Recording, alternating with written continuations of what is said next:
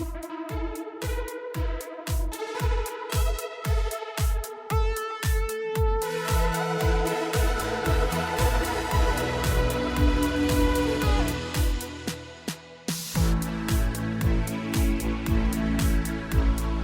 world is complex, the Bible is complex. Human existence is a tangled ball of experience, perception, and understanding. Ravel is a puzzling word, denoting both a tangling and untangling. This podcast attempts to hold honest conversations in good faith. Some ideas expressed in this podcast will be challenging. Others will be obvious. When a PhD in biblical interpretation and a habitually podcasting man-child discuss matters of society, scripture, and scandal, you get Ravel.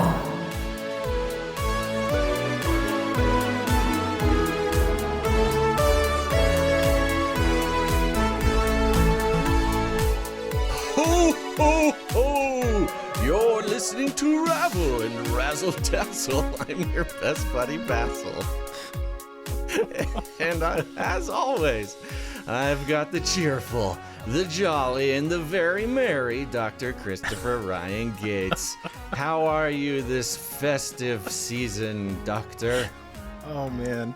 Just when I was getting used to the intros, just when I was able to make it without laughing. It's a special occasion. We've got to bring the heat, you know. Podcasts all over the world are dropping special Christmas episodes. We needed something to set us apart. And it's true. That's what we're doing here. We're this is actually coming out on Christmas or after Christmas. I mean, we might adjust the release schedule. Maybe we'll send it on Christmas Eve as Saint Nick is dropping off the presents to all the good boys and girls. Yeah, punching heretics and taking names. Yes. Yeah. All right. Yeah, that sounds fun. That's what we'll do. So, hello, dear listener. Thank you for finding time to listen to this episode of Ravel sometime within the Christmas area. Perhaps it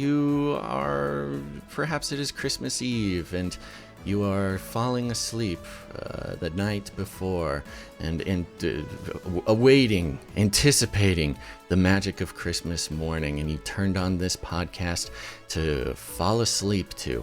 Perhaps it is Christmas morning and you're up early before everyone else and you don't want to be a naughty boy or girl and open up presents before the rest of the family arises. Or perhaps it's Christmas afternoon and everybody is busy playing with their new Nintendos and Pokemon cards and whatever, and you've found some time to rest and relax and listen to your best buddies.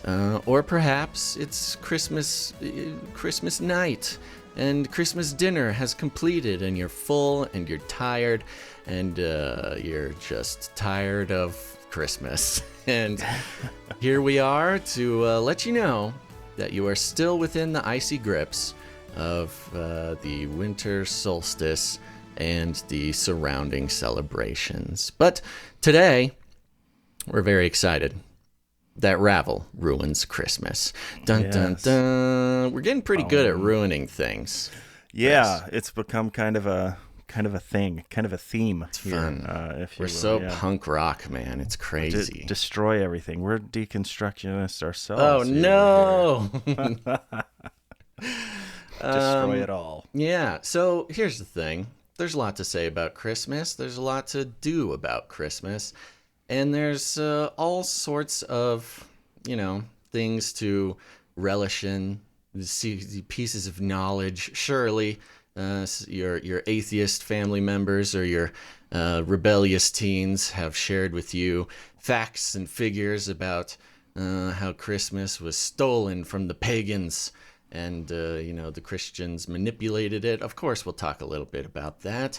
But all in all, regardless of what your feelings about Christmas are, surely some of our listeners will be anti-Christmas people, and that's okay too. Some people will be full-on Christmas enthusiasts, which I gotta admit, I've been one of those pretty much my whole life. What does Christmas mean to you, Chris? Yeah, well, it is, it's funny because Thanksgiving's probably my favorite holiday, just because that one is a little more just like, all right, we're just going to go somewhere and eat and watch some football and take a nap, and it's going to be a great day. I love the Macy's Day Parade, too, in the morning. That's one of my favorite Oh my Thanksgiving gosh, traditions. Chris, But you can't talk about Thanksgiving on the Christmas episode. What are you doing? Mixing I'm holidays. contrasting the two. So Christmas, I like for the same reason.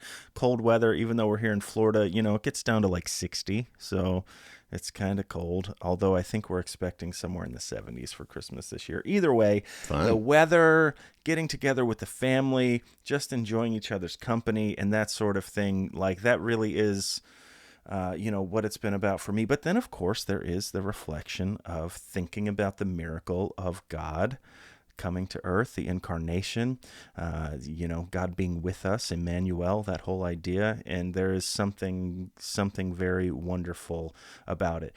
In my personal opinion, the theological aspect gets a little overshadowed by Easter. I think Easter probably the greatest theological for Christians holiday that we would celebrate. But Christmas, it's just so fun. The presents, the kids all love it. I mean, you never know what you're gonna get. The great presents, great food.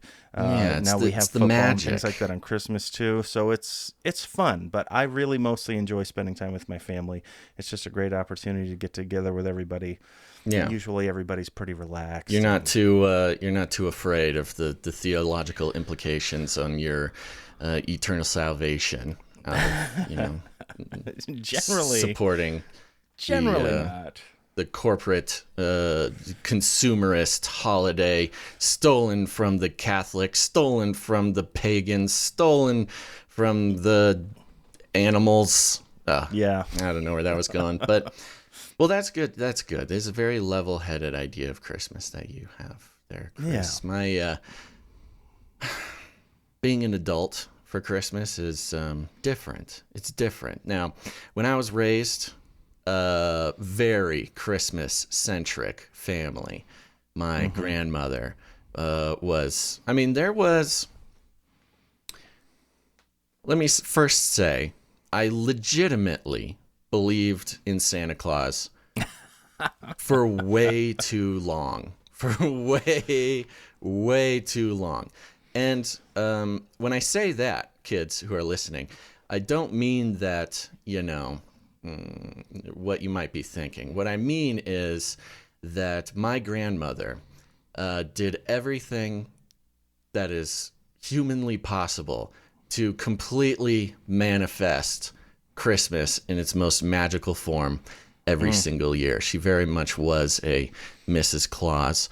We had Santa Claus would make a private stop by our home. Oh, we had that too Yeah. in my family. Wow. Multiple times. I had seen Yeah. him in the flesh, so I was convinced that every time a bully at school or somebody would pick on me and for believing in Santa Claus, I knew the truth. I knew the truth, and I knew that the devil had pulled scales down over their eyes to make them believe such heresy that Santa wasn't real. But so that was a bit of my upbringing. But as an adult, I remember this. Let me before we move to adulthood. I remember being a kid, in probably one of the last instances I remember of believing that Santa was real was on the nightly Well, he news. is, Chris. So Right. Well, on the nightly news, they did this mock expose where they were like, a local family's security camera or something films this. It might have been a video camera, filmed Santa or whatever, and it was like they made it look all real, and they had Santa in this house, yes. and there's a person peeking around the corner with this camera, and that was the last time that I remember seeing that and being like, whoa, somebody caught him on tape. Like, it's so real. They finally got him. Yeah, there's a whole theology of Santa here that we could just really dive into. But there is a philosophy and theology of Santa that I would love to get into. Yeah, but I just I'm want sure it's coming. I just want to recognize. Continue. I just As an want to adult, though. I want to empathize by telling my story and recognize to all the adults out there that it is different when you're an adult, because you realize that all that magic didn't come from nowhere, and suddenly you're responsible for the Christmas magic.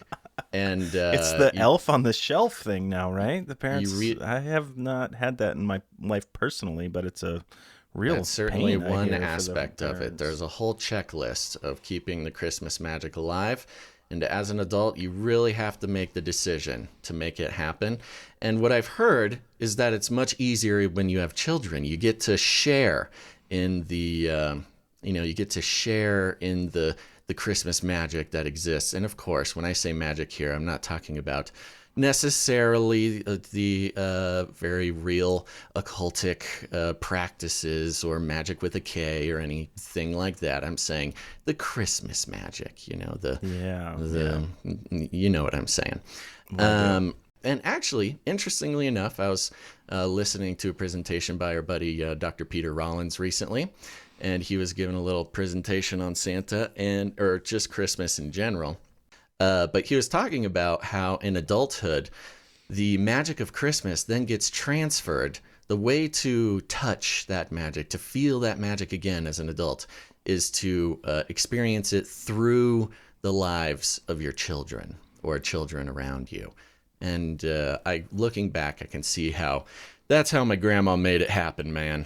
The kids embrace it. Embrace the magic, unless you're a family that doesn't do that, which is totally okay. But if you are that, just know the more fun you're having on Christmas, the more fun your parents are having on Christmas. And my goodness, they need it. They need it, kids. They just need a moment where they can feel like the magic is still alive. Give this gift to your parents. They will thank you more than any other gift that you could give them. Do you think we have a lot of children listeners out there?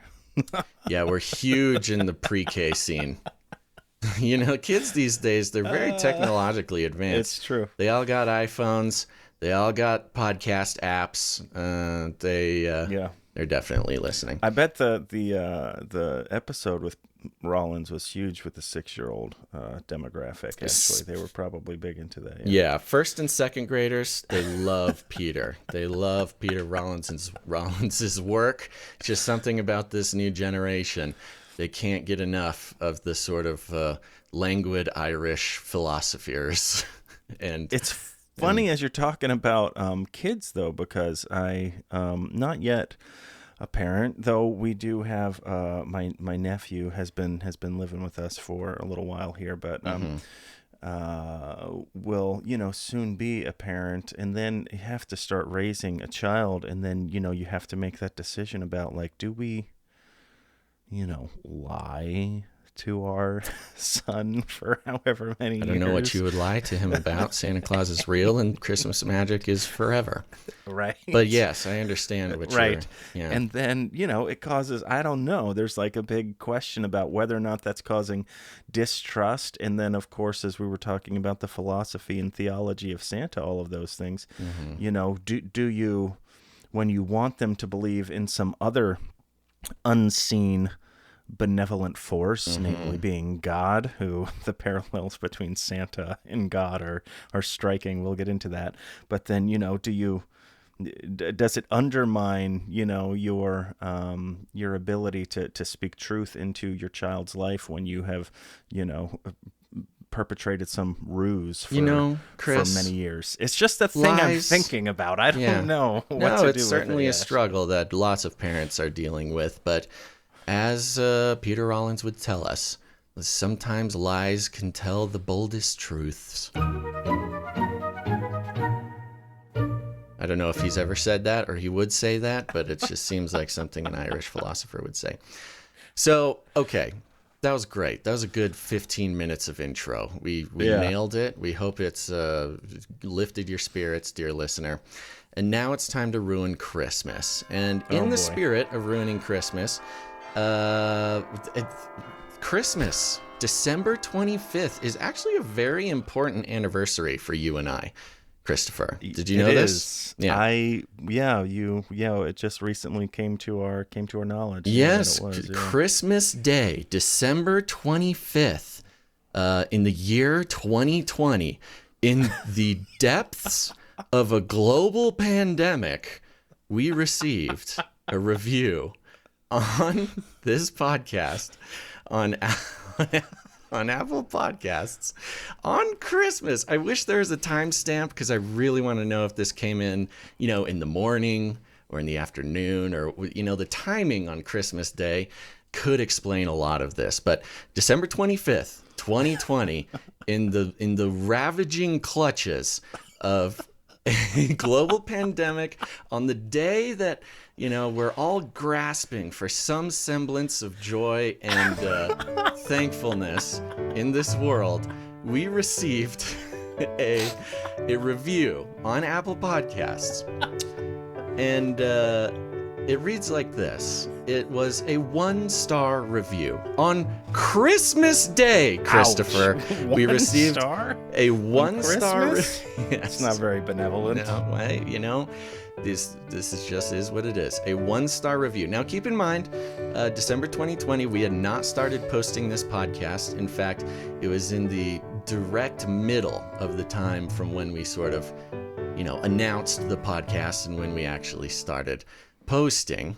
Of course, we locked down the name, we locked down the RSS feed, we locked down the social media accounts back in 2019. Website. The website, yes, everything. But then life events made it so we could not post. So here we go. Christmas Day 2020. Inactive feed that never got up and running is the title of this review. 1 star. And it says, great concept. Glad some other podcasters ran with the name instead. Ooh, burn. Burned. And indeed, as we've talked about before, some other podcasters, they took our name. We already had everything. And it was kind of a mystery to us whether they had done their due diligence and, searched the name, found our podcast, which did exist, and then just sort of malevolently decided to try to steal the name, or giving them the benefit of the doubt, maybe they just didn't do their due diligence. Maybe they just started it and just didn't think about, searching to see if somebody else had the name. Well, the person who left this 1-star review, again, on Christmas Day. The Grinch hated Christmas, the whole Christmas season. Oh, please don't ask why. No one quite knows the reason. Through some just general, internet searching, it has come to light that this user just happens to be one of the hosts of the other Ravel podcast. I must stop Christmas from coming. But how? It is so savage in the psychological operation, the psychological warfare that the other Ravel podcast has inflicted on us on Christmas. I mean, come on. World War II, the front lines of World War II, the trenches that are divided by no man's land between the Americans and the Germans. On Christmas Day, on the front lines in Europe, everything went quiet. Not a bullet was fired. American soldiers clambered up from the foxholes. Germans, literal Nazis, climbed up out of their barricades on Christmas morning. And for one day, in the horrible world war of which tens of millions of people perished, one day, Christmas Day, there was peace. And they shared in their crackers, they shared rations, they shared cigarettes and tales about the women waiting for them at home. They notoriously played soccer in no man's land with bodies of their comrades littered all around them. But on Christmas Day, they stopped and there was peace. Hey everybody, sorry to break out of the flow here for a second, but in hindsight, I need to apologize and commit a correction to the record. It was not World War II between American and German soldiers. It was actually between the British and German Western Front during World War I in the year 1914 was the Christmas miracle, World War I's Christmas truce. Got some facts there wrong just a second ago, but I think the spirit of it still lives on. But I just wanted to commit that correction to the record for anybody out there who that means anything to. Okay, back to the show. On Christmas Day 2020, one of the people who is attempting to steal our podcast name on the day where they're opening presents and hanging out with their family and celebrating everything we have in this life and existence. This was the day that they decided to leave a 1-star review on our podcast, their victim, and said, great concept. Yeah, I think you thought it was a great concept, huh? Pretty good concept. So good, in fact, you just had to take it for yourself. Great concept. Glad some other podcasters ran with the name instead. Some other podcasters. Wow. I mean, the gall to try to pretend that it wasn't you. It could be his head wasn't screwed on just right. But I think that the most likely reason of all may have been that his heart was 2 sizes too small. And on Christmas Day, they revealed themselves. They actively knew that the name was taken and chose willingly to steal it from us and then taunt us on Christmas Day 2020. Kind of like the Grinch, really. I mean, when you think about it. Look. If the shoe fits, right? We're having fun here, but this is literally the Grinchiest real-life thing that has ever happened to me in my entire life. It is really, really incredible. You know, I'm not even mad. Like, I'm not even mad. It's okay. I have never laughed and had so much joy. It's been a while. It's been a while since I've laughed this hard. Oh. So, you know, you. I'm just saying, the guy couldn't wait a day. Couldn't wait till December 26th. No, couldn't.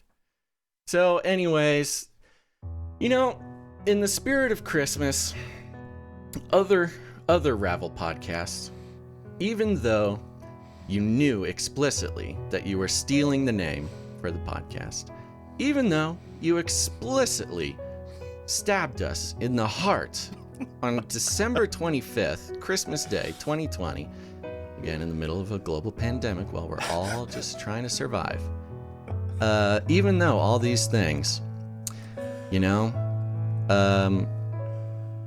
I wish you a Merry Christmas. I wish you a Merry Christmas, other Ravel, in the spirit of the soldiers, the boys on the front line, making peace for just one day. I declare a ceasefire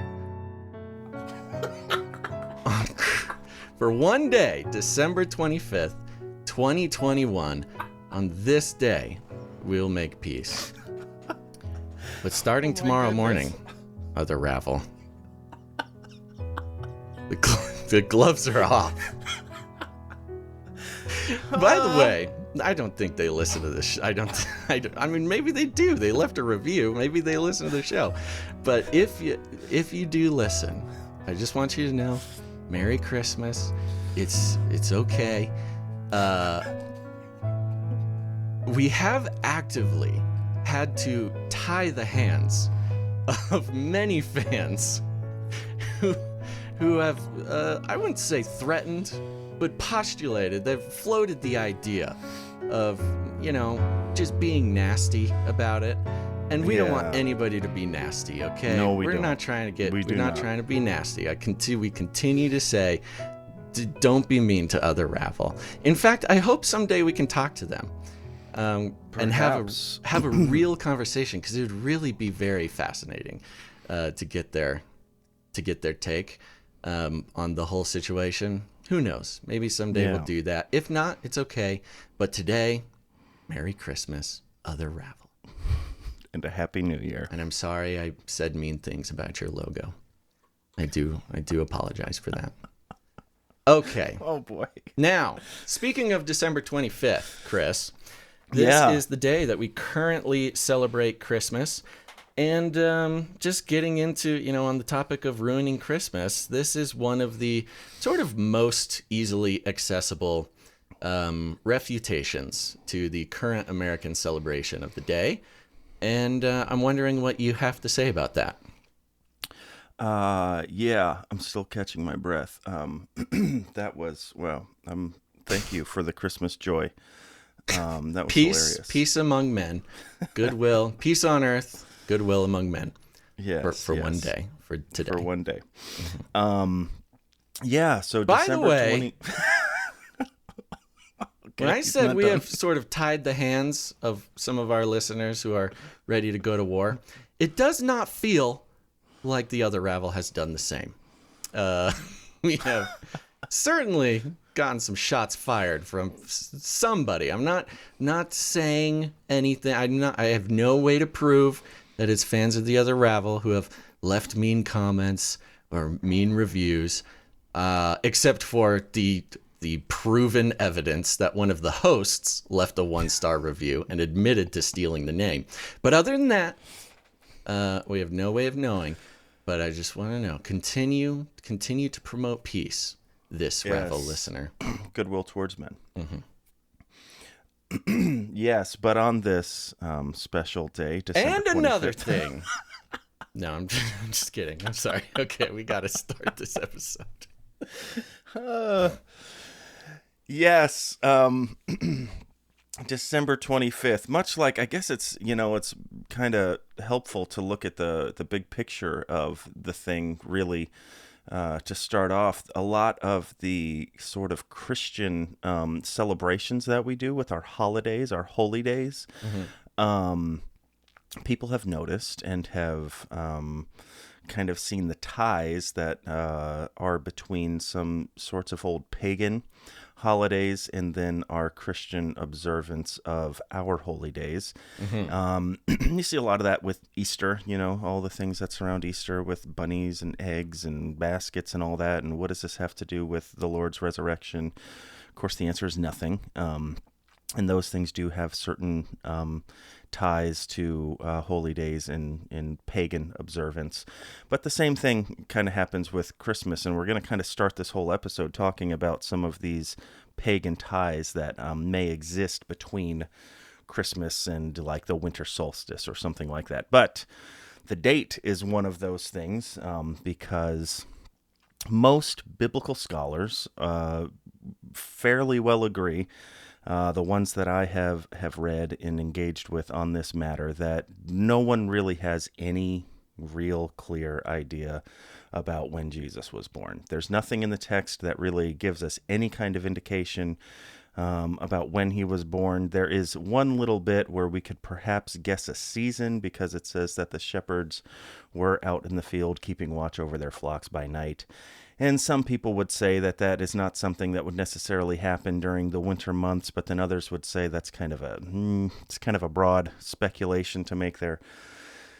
Either way, I mean, and that's one of those details too. If where it was in a winter night and they were out, then there would be something significant about that, where we would look at it and be like, generally shepherds aren't out in the field this time, so there's something special about it, and somebody would draw some point from it somewhere. The fact of the matter is that nobody knows. In neither of the birth narratives that we have in Matthew or in Luke do we have any indication about what time of year it was. So it's kind of interesting to think about where we came up with this idea of December 25th for Christmas. The earliest mention of it, and there's been some posts kind of on social media and things that have been making the rounds this year. They might every year, but I've been seeing them a little bit more this year, about the first occurrence, when it happened. And it was in a Roman almanac that listed various dates of Christian bishops and martyrs who had died. But that almanac opens with an entry about December 25th, which is marked as the birth of Christ in Bethlehem of Judea, and it's on December 25th. And that's back in the mid-4th century. So sometime around 300, whatever, maybe 20 to 70 or something like that. Hard to date some of these things sometimes. There is, as many people have speculated, there was a kind of Roman holiday that was observed called Sol Invictus, which is the celebration of the unconquered sun, and that is S-U-N, the sun that is in the sky.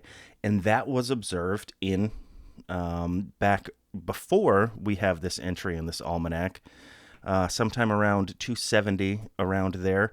And that was observed on December 25th. So people see that there is this, celebration of the sun, S-U-N, that is on the same date as Christians celebrate the birth of the sun, S-O-N, on December 25th. So some people have started to speculate, well, perhaps Christians, for one reason or another, decided to steal this date from the pagans and tried to Christianize this pagan sort of holiday.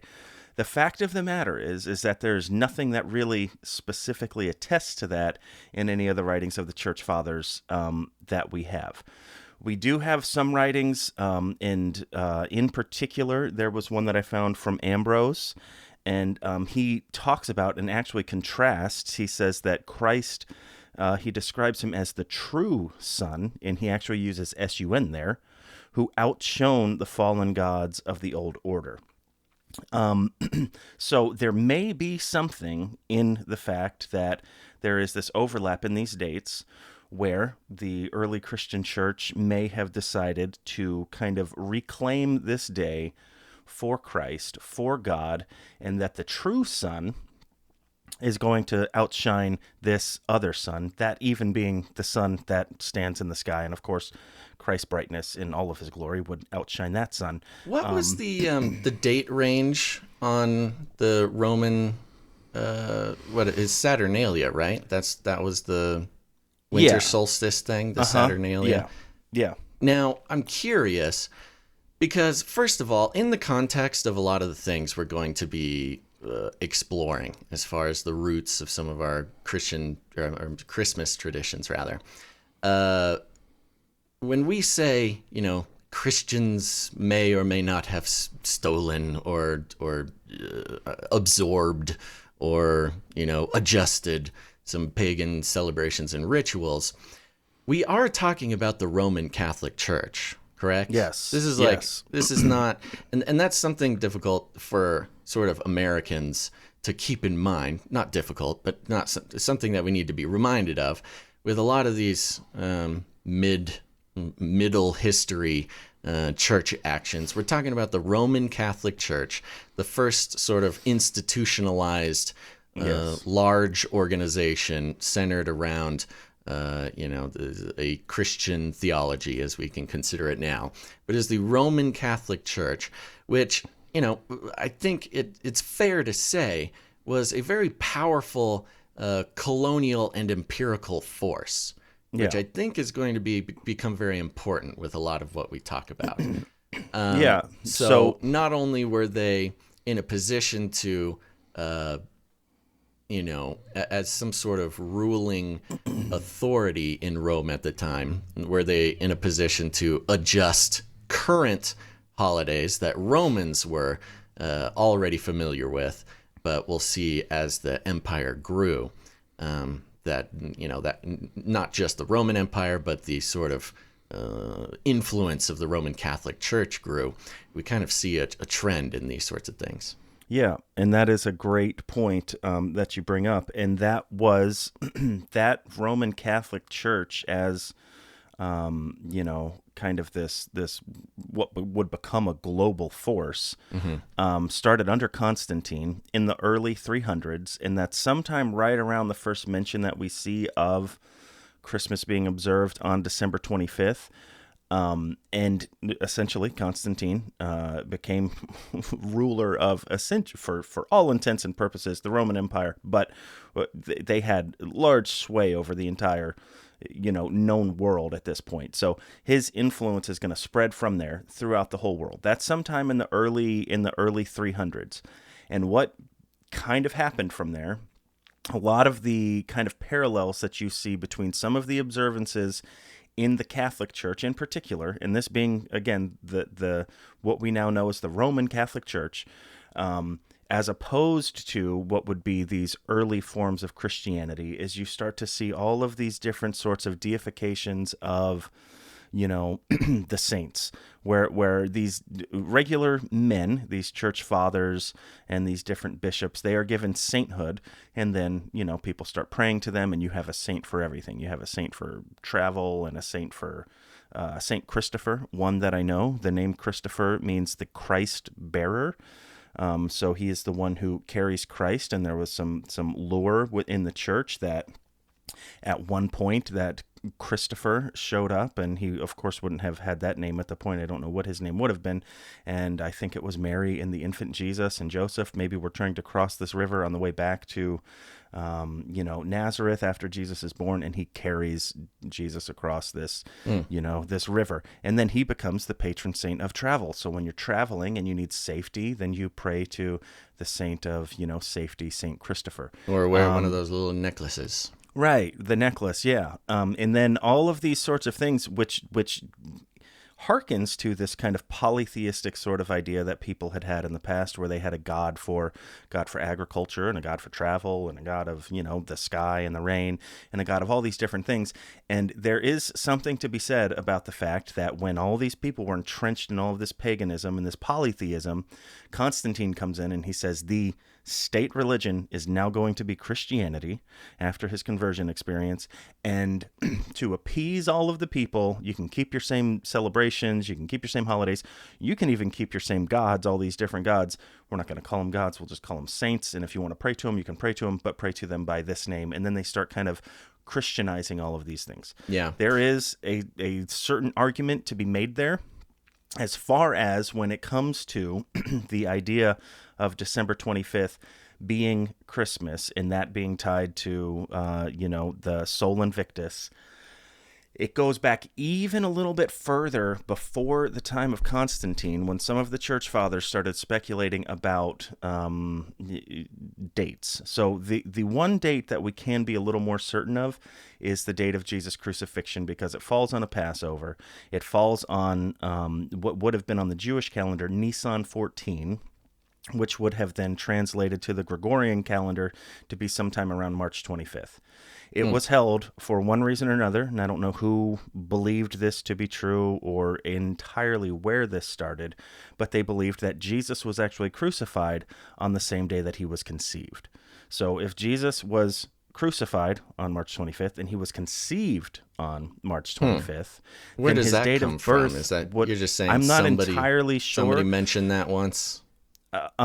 Augustine definitely wrote it in his On the Trinity, a book that I had to read. It is it is a beast, but I read through that, and he's talking about it in On the Trinity. And Augustine, that was sometime in the late 300s, early 400s that first showed up there, but it was something that had been held before that, and it may have had attestation before that at some point. I'm not entirely sure where it originated, but it was something that was held by the church fathers. So if Jesus is conceived on March 25th, immaculately by the Holy Spirit, then, of course, 9 months after March 25th is December 25th.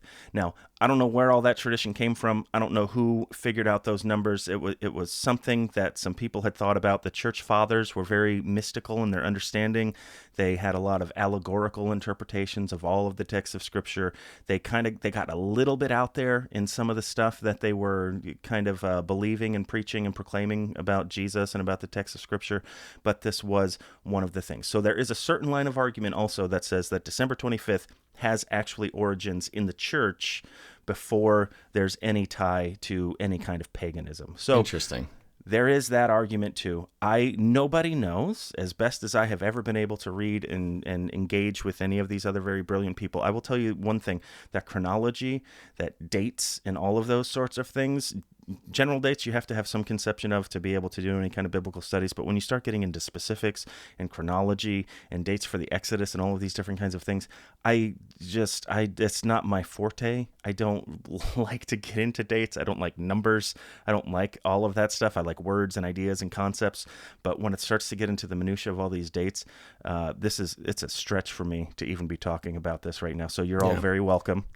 But Sure. It's not my area of expertise. But this is what I have gathered in coming to see all of this. So What do you think about the September 11th birth theory? Yeah.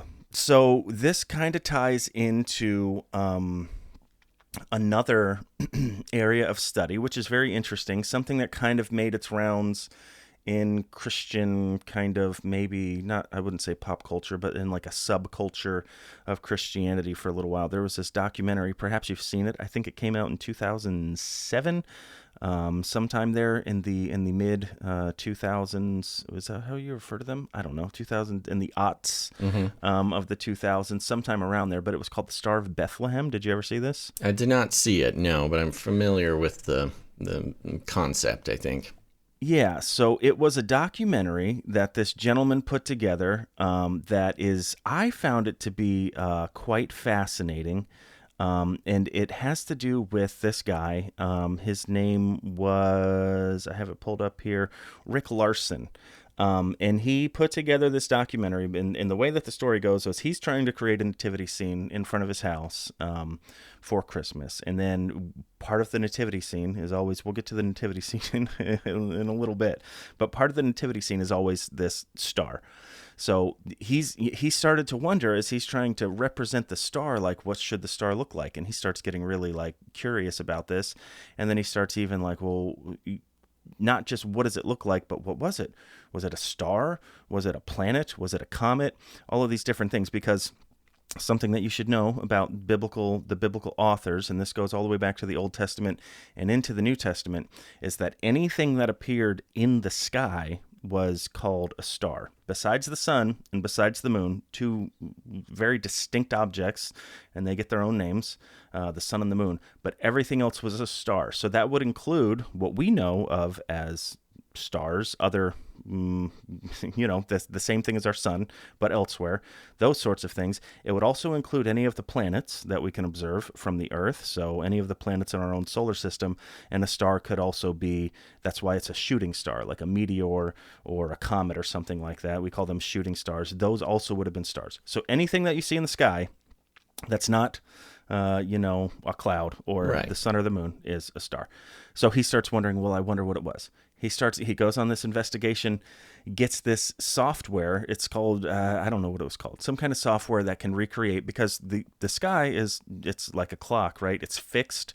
We know where it will be. An astronomy software that can, it does the calculations based on what we know about the movement of things, and it can sort of, roll back the time. Exactly. Astronomy, yeah. Exactly. And because it's all fixed, you can put a date into this software, and it will recreate the sky on that night. And then you can even choose a location from which to view it on the Earth. I don't remember what the software is called, but it's not hard for anybody to imagine that this exists. Mm-hmm. So he goes back and goes somewhere around the time and starts looking at dates. And this is going to be another area of discrepancy, not just the calendar day, like December 25th, but the year that Jesus was born. But he goes back, starts looking at all of this stuff, and he finds this very interesting astronomical sort of anomaly that happens where Jupiter and Regulus come into alignment, and they kind of form this like super star. It would be like this super bright object in the sky.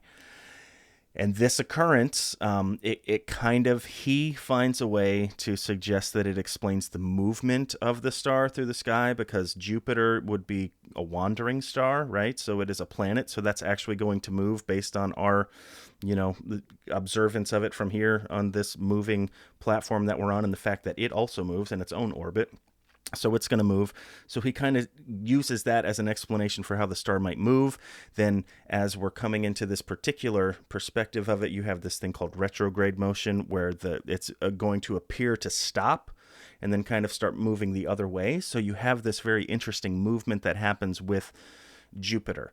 And I'm saying all of this to say that he finds significance in September 11th, and I believe that is where he places the birth of Jesus based on that. Now, there have been some critics that have come along and looked at that. One of the major criticisms that happens with that particular argument is that I don't think that phenomenon happened there with Jupiter and Regulus, as Larson talks about, until I believe that puts the birth of Jesus in sometime around the year 3 BC. But that doesn't really square with what we know about the death of Herod, which the death of Herod was somewhere around 4 BC. So Jesus that's kind of what it all hinges around, right? Because I've read sort of arguments for the September 11th birth of Jesus, and it really seems to all hinge around, when did Herod actually die? Yeah. And and there's some arguments that some people are trying to make, that Herod actually died in 1 BC instead of 4 BC, yes. which is the one sort of kingpin around which the September 11th birth of Jesus theory would need to be true. You got it. You got it. And there are people who will make that argument, and then there are going to be others on the other side. The overwhelming, kind of support from the academic community, at least as far as I know, and again, dates are not my thing, but at least as far as I have come to understand, is that Herod died at 4 BC, and then it's a significant date. There's going to be a lot of writing about it because he died, and then that means not only is he dead, but new rulers come into place. And then after Herod, of course, the kingdom kind of gets divided amongst all of his sons. Right. So it's very significant. You have this transfer of power. There would be a lot of attestation to that in history. So it's probably a safe bet to go with the 4 BC, which kind of throws a little bit of kind of shade on the idea of this whole, star thing. But the Star of Bethlehem, there's some really great kind of inferences that he draws out of this. And if you haven't seen it, it's on YouTube. I think you can watch it for free on YouTube. But maybe you will have some time on this Christmas evening to go watch it. It's pretty interesting. I'm not saying everything that he says in there is true or right, but it definitely is something really cool. If you just do a search for Star of Bethlehem and maybe even put in his name, Rick Larson, it might come up. I think it's usually in 4 parts on there, but it's just a guy standing, he's got a projector screen, and he's talking to this crowd of people. Giving a talk. Yeah. But so that would be, that's probably about as best as I can do. Okay. on any of this stuff. This is good enough for me. Yeah, it's just kind of somewhere between there. But you make I understand the decent case for, Christmas 25th. I forgot the word December for a second. December 25th, more or less being... is that what I'm hearing you say? December 25th is not that outrageous? Or you said March or something. Oh my gosh, there's so much going on. March for the conception. So March would be about the time that Oh, conception. That Gabriel shows up to Mary and says, the Holy Spirit will overshadow you, and the power of the Most High will come upon you, and that being March 25th. 9 months later being December 25th. But again, I see. Nothing super solid anyway. Everybody that I have read on this, the trusted, scholars that I have read and turned to on this are all who knows? Nobody knows. Well, what I get from this conversation and the research materials that we've looked through is that, the date being correct or incorrect, I think pretty much everybody can agree. Even the anti-Christmas people, would probably say that the date being correct or incorrect is not the most egregious infraction. Yeah. That Yeah. that could be. Well, and this is what's applied. interesting for even the people who, kind of want to make the argument that whatever, it's borrowed from paganism. And I just saw scrolling through, and somebody I followed posted this thing. It's a podcast. It was like a round table with like witches, fun. in this, they had a big pentagram behind them, and they were sitting there talking, and they were kind of laughing at the fact that they were like, ha ha ha, this is an old pagan holiday, and the Christians are observing their holy day on it. And I just thought to myself, I was like, well, who really won then? Because nobody. That's a good point. This is exactly what Ambrose was saying. Like, if you take it as this was actually a pagan holiday first, what Ambrose said in that excerpt that I read is that the light of Christ outshines even the sun in the sky. Nobody knows or cares anything about that except for the detractors that want to come in and throw some controversy on Christmas. That's the only thing about it. And before that, nobody even cares about it. And nobody's doing anything intentionally to observe any paganism on Christmas. So even if it is, I would say Jesus won the war on Christmas or whatever, because not the war on Christmas as it is formally known, but he overcame And next, the powers he's of taking on the Starbucks cups. Sorry, folks. Remember when the Starbucks cups used to be like our biggest problem in the world? Oh yeah, Or those like were the days, huh? A bakery not baking a cake for someone was like the biggest uproar nationally. Yeah. Now, okay, to take a step sideways, we mentioned the Star of Bethlehem in the September 11th theory. Do you have, what was that? Do we just assume that it was some sort of actual star or heavenly thing, or? So Larson's work there, and he's not the only one who holds that. There is actually a scholar. I think he's a lawyer, but there is actually a scholar who holds to a similar timeline, and that it could very well be that. There is also a prevailing theory. Colin Nichol is the guy's name, and he argues that it was actually like a comet, right? Like, so this glowing sort of, kind of like Halley's Comet or something like that, where it's going to appear in the sky. Then, of course, it's going to move. And you could also get some weird retrograde motion with the comet where it would come to rest over a particular place, or seem like it's coming to rest based on where it is in relation to the rotation of the Earth. So that is another theory. And then, of course, there are the people who would reject both of those and say that God just set a light in the sky. And then there's those that would say that it was a UFO that was guiding the Magi to the enlightened master who had just landed in a field. And speaking of the wise men, another contentious conversation. These wise men, these kings, these Magi, if you're in the UFO group, they were astronomers or astrologers. Perhaps they were magicians, or simply just, somebody in sort of a academic, scholarly, priestly class that had some time on their hands to go on a little road trip. What do you think? Yeah. Well, probably the most, a lot of, it's funny how much of the lure in things we kind of get from even our Christmas songs. And it was one of the things I had mentioned in, a couple episodes back, that even we draw our theology sometimes from our worship songs, and we don't even realize we're doing it. We think the Bible says something, but it's really not that the Bible says it. It's that we've just sung it in a song a bunch of times. Yeah. And of course, one of those things, Tradition over theology. Yeah. One of those things being the idea of, the Magi, these wise men who come from the east, and this is in the Gospel of Matthew, and Matthew talks about it, and he calls them wise men. Magi and kings and all of these different things. No one can be entirely sure of who they actually were. They were people who were clearly interested in astronomy. and viewing those. No indication whatsoever that there were three of them. Three gifts. We know that for sure, the gold, frankincense, and myrrh, and that's probably where people get the idea of three wise men, but pretty unlikely that these people would be making this very long journey if they, had any kind of resources about them, and if they're able to offer the kinds of gifts that the Bible tells us that they're offering. Probably wealthy.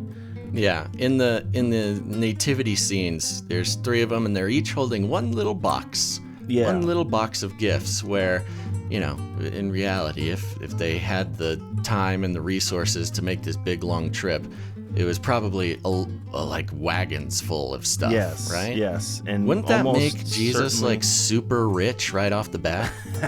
Yeah, I mean, you talk would. about this It guy. would How did indeed. he fund his ministry? I mean, first he lived life for 30 years. Maybe he was just like super loaded for the first 30 years. Or maybe he gave it all away, or maybe that's, I don't know. It's just interesting.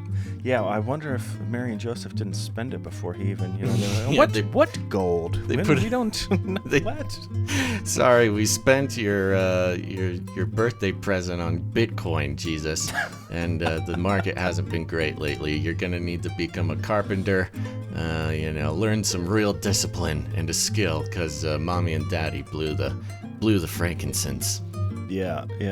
But they, probably traveling in a huge entourage. So if you're trying to picture it, I think the more likely scenario is that, yes, as you said, probably big wagons and carts, probably many people traveling with them, I don't know, 10, 20, who knows, maybe even more than that, coming along.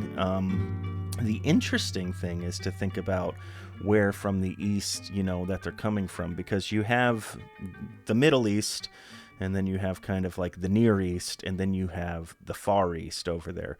And there has been some speculation about who these people were, why they even would have had, any idea about what might be going on. Some people have suggested that perhaps they had some access to the Old Testament scriptures, things like that. They may have been from Babylon, that sort of thing, descendants from there, from the time of when Daniel was there under, Nebuchadnezzar.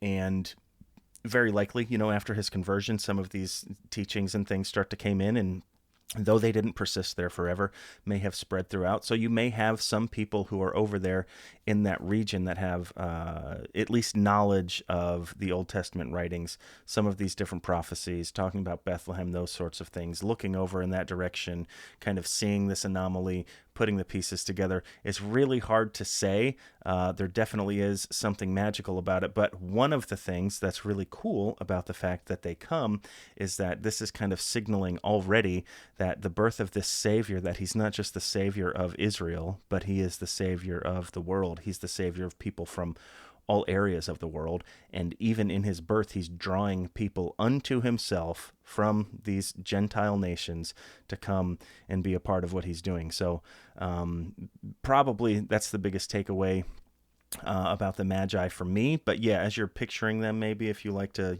think about and fantasize about what it may have looked like, probably almost certainly more than just three dudes with three little boxes. And of course, they didn't actually get there on the night of Jesus' birth either. Yeah, and I've heard that they didn't, one discrepancy or whatever, one little hole people will poke is that they didn't follow the star. They just saw a star that signaled, the coming of a Jewish Messiah, and that they weren't like following it as if it was like guiding them in a direction, but more like it was an astrological sign that signaled something.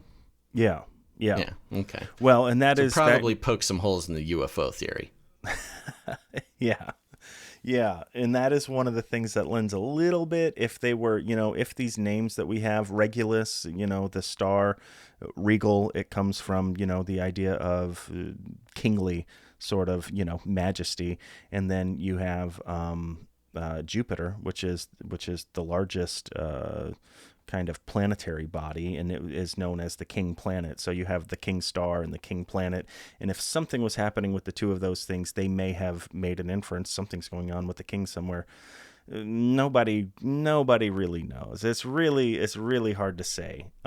So it's almost like whatever the nativity scene that anybody has is really as good as anybody. Yeah, again, it doesn't necessarily just blow a hole in the hull of Christmas. It doesn't destroy the idea of celebrating Jesus's birth to have more realistic ideas of who the three wise men were. Again, which is mostly just from songs. But speaking of old guys bringing gifts, Chris, it's time to talk about old Saint Nick, Santa Claus, the man. Yeah. I was going to say the myth and the legend, but we know he's real, so it's not a problem. Yeah. What do you got to say? You want to start us off with? Now, Santa Claus, obviously, being the head honcho, the mascot, the image that comes up in all of our minds, and the image that we think of when we think of Santa, the big jolly man with the red and the hat, was, of course, created for us and gifted to us as a Christmas present by our corporate overlords over at Coca-Cola less than 100 years ago. Yeah. We know that, but, Coca-Cola has got to get their hands on old Saint Nick, no matter if it's some sort of modern American mythology of, gluttonous consumerism being delivered to our front door. It's kind of an early version of Amazon drones dropping off our one-day deliveries. Wow. But there was a Saint Nick. Santa Claus, does abide throughout history in different forms. Yeah. And of course, so going back to what we were talking about with the Catholic Church and their sort of ingenious plan to help the transition for people who had formerly worshipped a pantheon and were having trouble with sort of the idea of a one singular divine entity.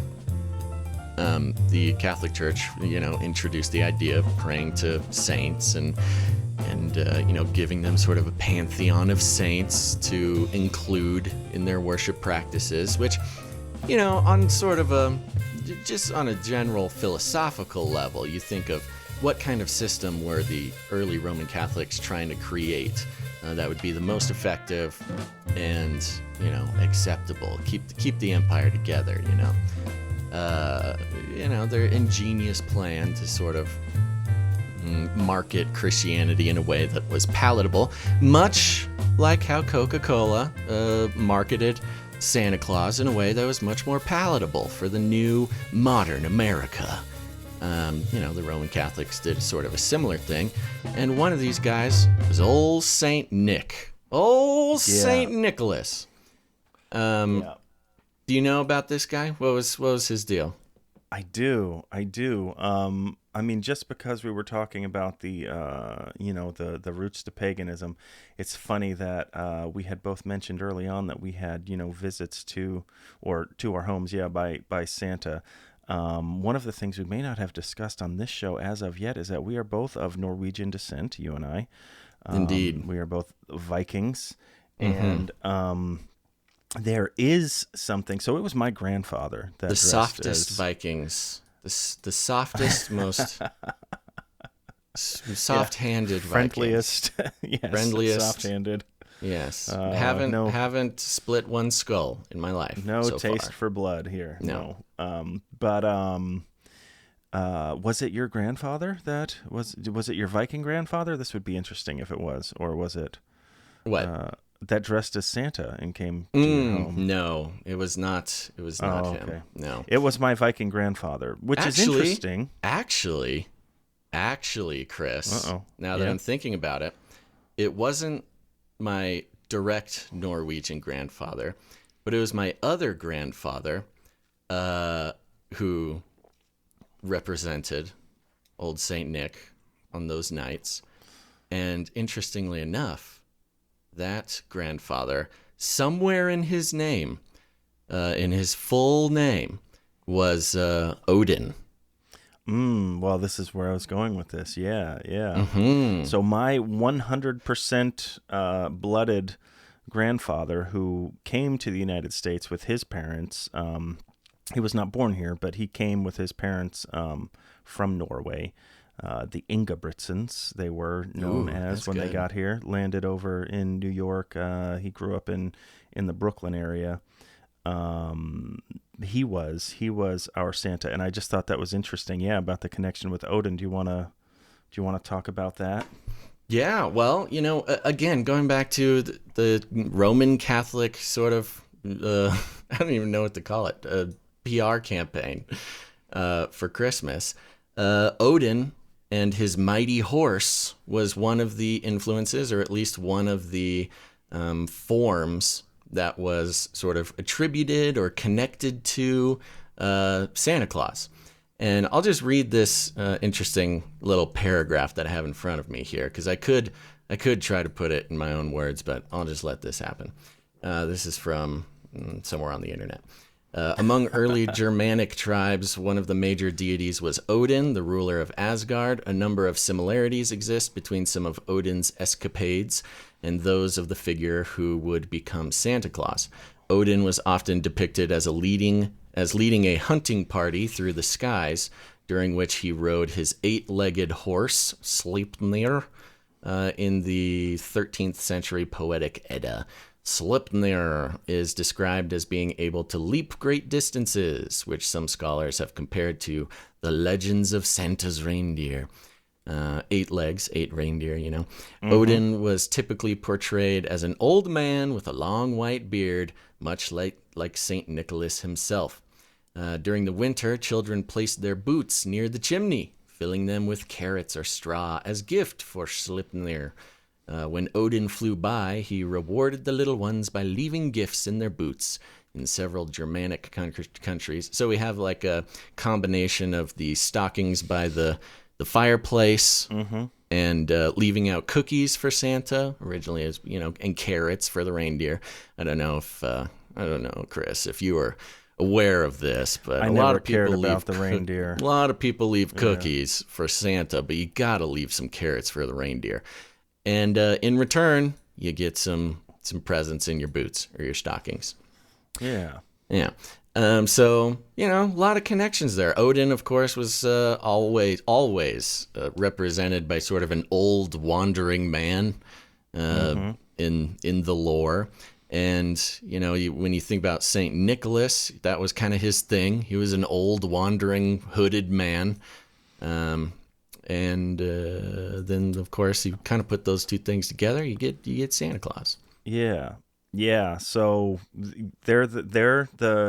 you've given a great description of kind of the pagan sort of origin there of it, but it also ties into this other character, a historical character, Nicholas, saint in the early church, born sometime in the late 200s, and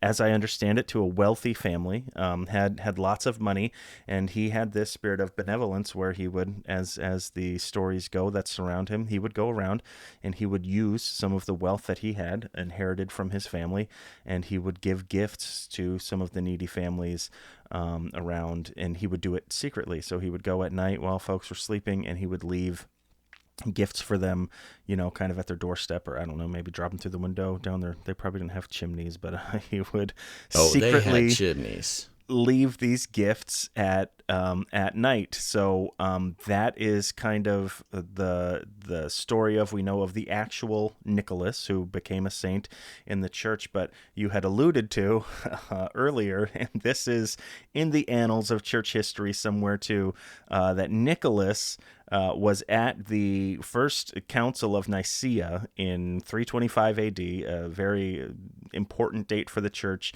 This was, I think, the first ecumenical council of the church where they ever got together, and they were talking about this controversy and this heresy that was coming up called Arianism, where there was this guy named Arius, and he said that Jesus was not divine, but that Jesus was created. So the church had to get together with all of the church's wise men, and they all sat together and they said, what do we believe about the nature and origin of Jesus.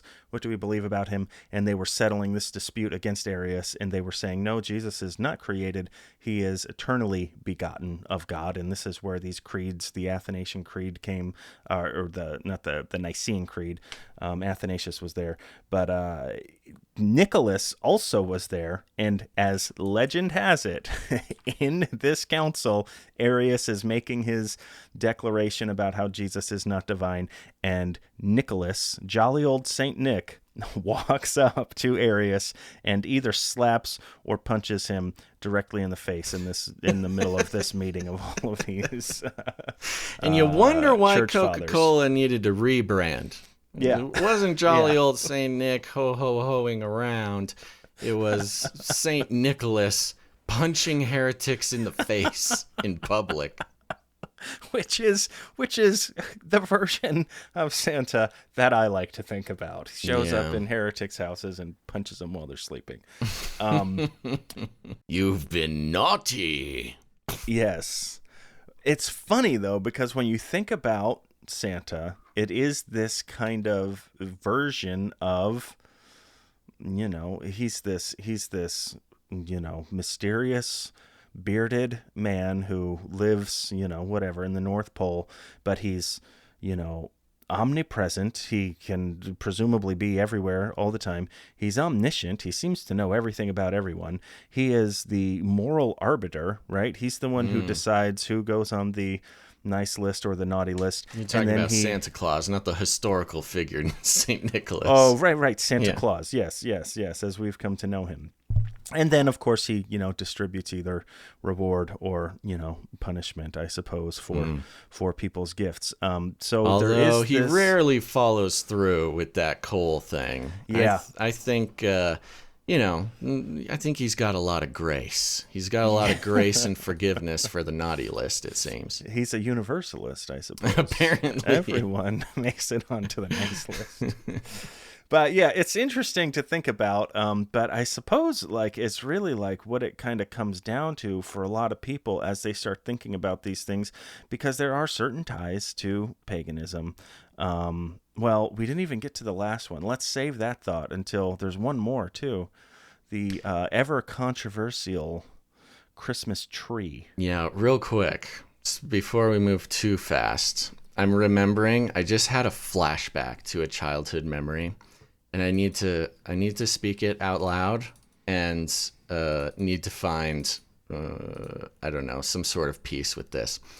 So there was one year, I was very young. I can't remember how young, but I was kind of an awkward kid, and I was going through my stocking on Christmas morning, going through, getting the usual, stocking things, got the candy, got the little toys, got the candy cane that's filled with Reese's, or not Reese's, but Kisses, Hershey's Kisses.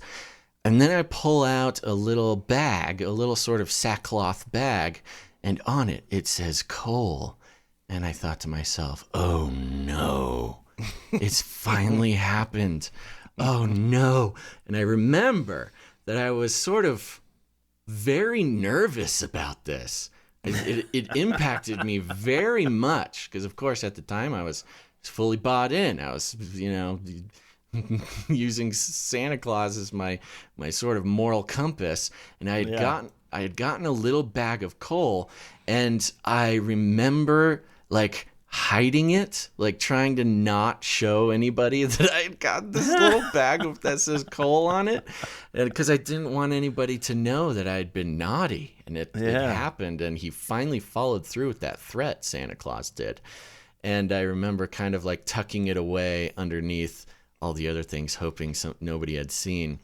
But then, of course, my grandma, Mrs. Claus, called me out. She says, "Was that a little bag of coal?" And I got really nervous, and yeah. She's like, "Well, why don't you open it up, see what's inside?" And I opened it up, and it was candy. It was little candy coals, so everything was fine. Yes, tricky. But I'm very affected right now, even talking about it, by the thought of how I was feeling at that moment. There was such shame that I had gotten coal in my stocking for once. And I'm Yeah. sure my grandma noticed that. Of course, we can, now being older, you know when a kid is up to something or feeling weird. Sure. Yes, so she did a good job of, I'm sure she was just trying to have some fun. But that is one of the negative parts about convincing your children that old Santa Claus is the arbiter of morality who brings both blessing and curses upon the children. Yeah. Well, I'm glad that you've recovered from that. Partly. Well, I don't know if I have, Chris.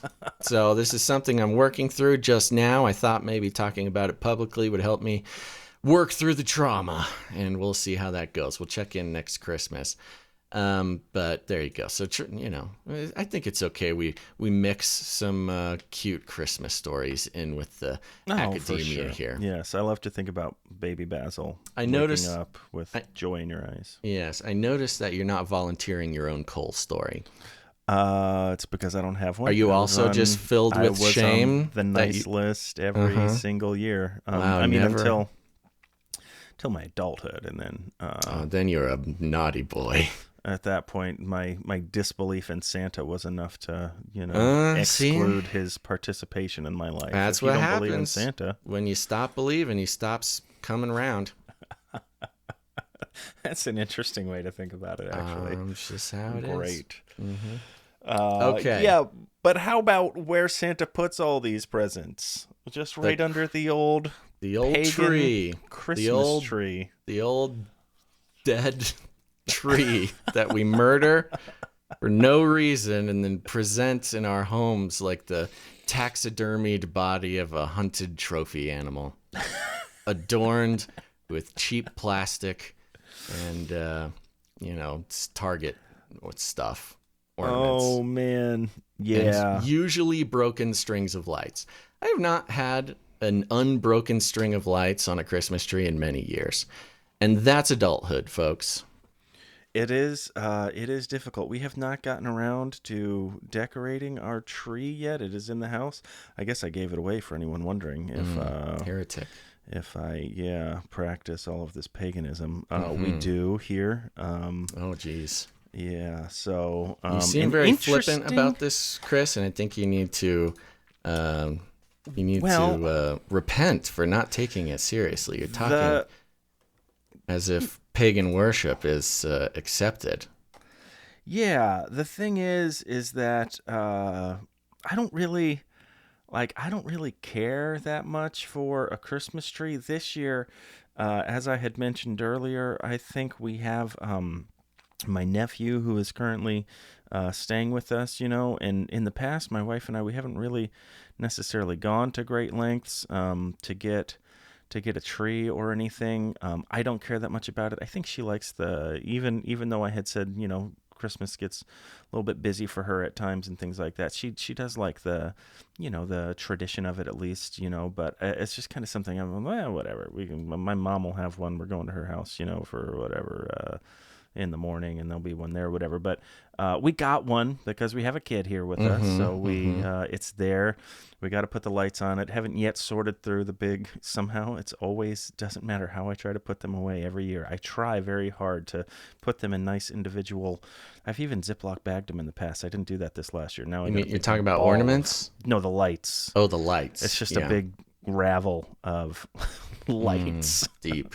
And then I have to ravel them every year to get them on the tree. But yeah, people, have talked in the past about the tree being pagan, and not even just from kind of more recent history, going back to like some of those Germanic, peoples and cultures, but even going back into the Bible. And you have, that text from Jeremiah, which perhaps you've heard yourself before, in Jeremiah chapter 10. And the people of Israel are warned, do not learn the ways of the nations, or be terrified by signs in the heavens, though the nations are terrified by them, for the practices of the people are worthless. They cut a tree out of the forest, and a craftsman shapes it with his chisel. They adorn it with silver and gold, and fasten it with hammer and nails, so it will not totter. And Wow. you hear that and you're like, that sounds a lot like cut Christmas down a tree. So Christmas trees are in the Bible. Yeah. Wow. Yeah, and you're not supposed to do them, according to. Or at least they're useless. I think the term was, what was it? They were useless or silly? Yeah. What was Yeah, the yeah. actual term? Yeah, do not learn the ways of the nation, be terrified. Practices. Do not worthless, learn. worthless. Worthless. Christmas trees. You heard it here first, folks. Yeah. Christmas trees. Worthless. I mean, this, of course, it sounds kind of like a tree. That the one thing there is that it says that a craftsman, shapes them with a chisel. So that's a little more than just kind of trimming the tree. That seems like we're probably shaping idols out of wood. In today's modern American consumerist culture, the craftsmanship has really gone by the wayside. Now you just buy very a good point. Christmas tree and you just put it up. And, it used to be that somebody in the family had to take a chisel to that thing and make it Christmassy, Yeah. like a hedge sculpture. Yeah. So the question, I think, for a lot of people, and a lot of people probably come back to this, and if they don't come back to this, they come back to some of the origins of a Christmas tree as we might know it, which, as best as I know, made its way to the United States from Germany sometime in the 1800s, I believe. And somebody brought the tree over, and it is because of the time of year, and depending on where you live and how rugged and cruel the winters are. As I said, down here in Florida, it will be one of my fondest memories of Christmas was when my brother and I got Super Soakers for Christmas, the Super Soaker 200. Ooh, this was back in the wow. 90s. Yeah, it had 2 giant canisters of water, I one on the remember. top and one in the back. Yes, the 200. It was a big deal. And we got those for Christmas, and it was warm enough that we went outside and started blasting each other with our Super Soakers on Christmas morning. So that's my experience here in Florida. But when you live in other places up north where it's, cold and the winters get very long, and especially back in the day when they could be savage and brutal and could kill people, and food and resources became scarce, the tree, especially the evergreen that remained green throughout the frozen winter, became this sign of hope, and it became this sign of kind of enduring life. And it was this kind of served as a reminder to people that the spring is coming, the winter will not last forever, and they would, at times, take these trees and they would bring them either in front of their houses, sometimes into their houses, and they would set them there as a reminder that this too shall pass, that it was actually a reminder that the worst... The darkness is long, but the light will come. Yeah. So there was that. You may be able to tie it somehow to some kind of pagan worship and things like that, and then you may even be able to look at this text in Jeremiah and see that there's idol worship and things like that going on. But there is a certain degree to which we I believe should be cautious about the different types of things that we let into our homes, the different types of influences that we bring in through various types of media, even different kinds of, art, paintings, whatever, books, whatever, all kinds of things that can be indicative of something that is anti-God. So we have to be careful about those sorts of things, I think, that we're letting into our home. But there is a lot also that can be said about intention. And there's a lot that you can say about symbolism in particular, and that is what the Christmas tree is. It is a symbol, and to a certain extent, symbols only have as much meaning and as much significance as a person gives them. So it's like the sign and the signifier. It's like the thing and then what it is meant to represent and what it is meant to be. Yeah. And if you're being intentional about what you're doing with it, then, for a little while, I was kind of like, I was pretty close to being like anti-Christmas tree, like, it's from paganism and it has nothing to do with Jesus and nothing to do with God, and what's the point? And then I kind of, came around a little more, and I was like, whatever. It doesn't to me, it doesn't really have anything to do with paganism either. Like, maybe that's where it's from, but again, it's like the date, December 25th. I mean, it's like, whatever, it is what it is. I don't care that maybe this used to be Sol Invictus. It doesn't really matter to me. I'm observing it for this reason. This is the significance that it has to me. And if you want to teach that to your children, which you should be doing if you have them in your house, and being intentional about this is why we have this here, this is what it means to us, then, I personally don't see anything wrong with it. But Well, it is interesting. And I think I think the idea of the participating in pagan things, I think there's a viable strictness that I do not blame anybody for, of course. yes, absolutely. I mean, the Celts, would decorate their temples with evergreens as a symbol of everlasting life, allegedly. The Vikings, they would bring the evergreens or pine trees or whatever that were a special plant of Balder, who's the sun god. So again, this is all revolving around the sun or light or things like that. And you can see how during sort of a winter solstice, human beings would definitely be obsessed with getting more light in their lives. Yeah, and perhaps asking for more light or trying to appease some sort of deity for more light.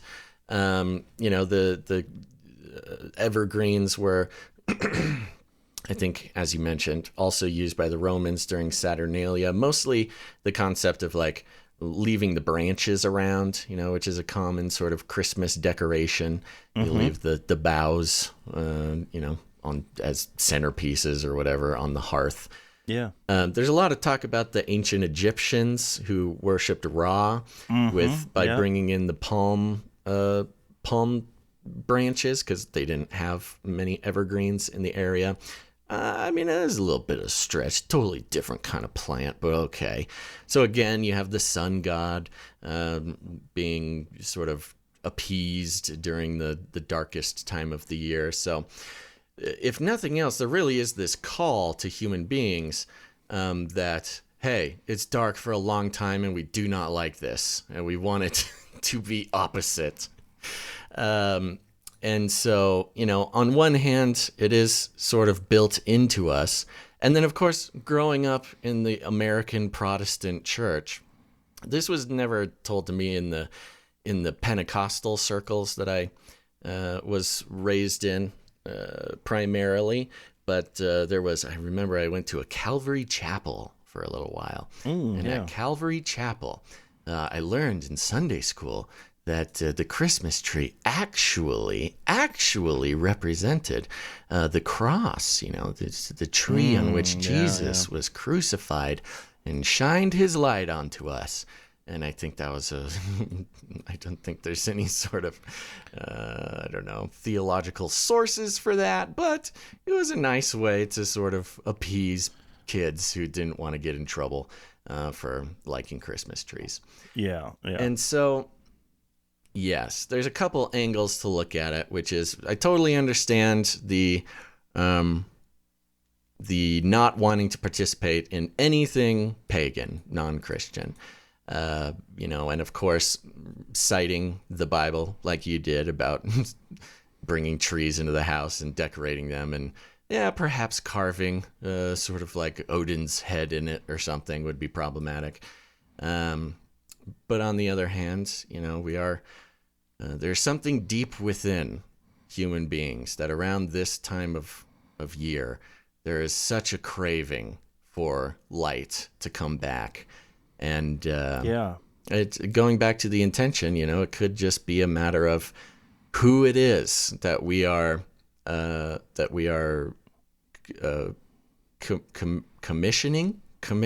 petitioning, who we are petitioning for that light, where, of course, culturally, if you're in Rome, you're going to be petitioning Saturn. If you're in Egypt, you're going to be petitioning Ra. If you're a Viking, you're going to be petitioning Balder, and things like this.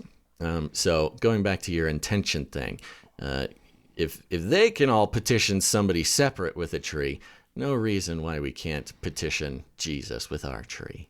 Yeah, absolutely. And you bring up another interesting point too about the time of year that we recognize all of this. And one of the things that I was thinking about, if the church fathers had the date right, like we talked about, at least the calendar day, December 25th, if they had that right, it wouldn't be surprising, because there is, it is around the time of the winter solstice. It is the shortest day of the year in terms of sunlight hours, and the longest night, and it is the darkest, and it is into that scene, that Jesus is born.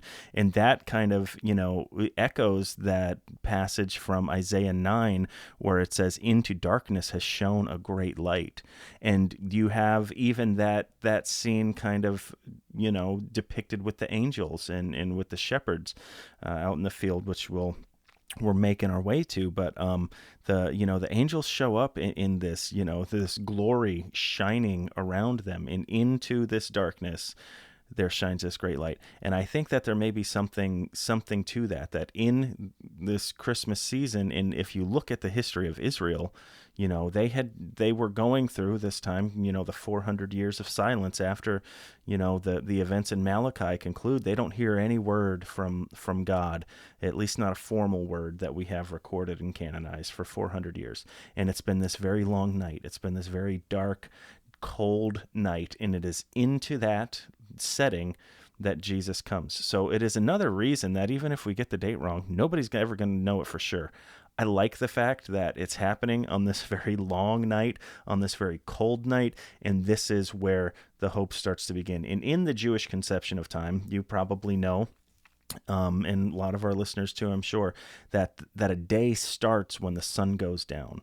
So when the sun goes down, that is when one day ends and another day begins. And the idea there is that the day is, you are moving from darkness into light continually all the time. You're constantly being reminded that we are moving from the darkness into the light. And you see that in all of these things in Christmas, with decorating our houses with the lights, like you were saying, this desire that we have for the light, where we're lighting up our houses, this desire that we have for life in the middle of death. We're bringing these trees that remain evergreen into our homes as a reminder of life and vitality in this cold and dark season. And all of these things, while other pagan cultures may have observed these and understood these, that doesn't mean that they are not observing, certain truths they're true. If God created the world and ordered it in such a way, then it would make sense that other people would see these same sorts of things, and they would have a representation of what that means to them. Now you bring in the truth of who Jesus is, and you can look at those other truths while they may be slightly misguided, and you can actually come in and kind of correct it in a sense. And it reminds me of this thing that a friend of mine told me some time ago. And I went over to his house for Halloween. He had a couple kids, and they were sitting out in his driveway, and they were handing out candy. And, he asked me to come over, and I wasn't doing anything. So I said, sure, because I don't really do anything for Halloween. Halloween's a whole nother discussion that we're not going to get into. This conversation just happened to happen on that day. But I kind of asked him, I was like, you get into Halloween? I don't understand. I don't care much for Halloween, And he was like, I said, it's just, everything just looks evil. And he said, man, he said, I see all of these things this way. You can either reject it, you can receive it, or you can redeem it. And basically what he was saying is, you can just reject Halloween and everything that there is to it, and you can just stand off, over in a corner somewhere, in a holy corner, and maybe you're perfectly justified in doing that, and you're remaining separate. You're trying to keep yourself apart from it. It's interesting that the word Pharisee comes from the Hebrew word pharis, which is actually to separate and to stay separate. And these Pharisees, in remaining separate from the people so as not to get contaminated by them, actually started to develop this sort of, legalistic, very overly pious sort of idea about themselves. And I'm not saying that anybody who doesn't observe any holidays, that is you. I'm just saying there is always that danger. But he said you can either reject it. He said you can receive it just as it is, for what it is, and just take it in as it is. He said, and go to hell. And go to hell.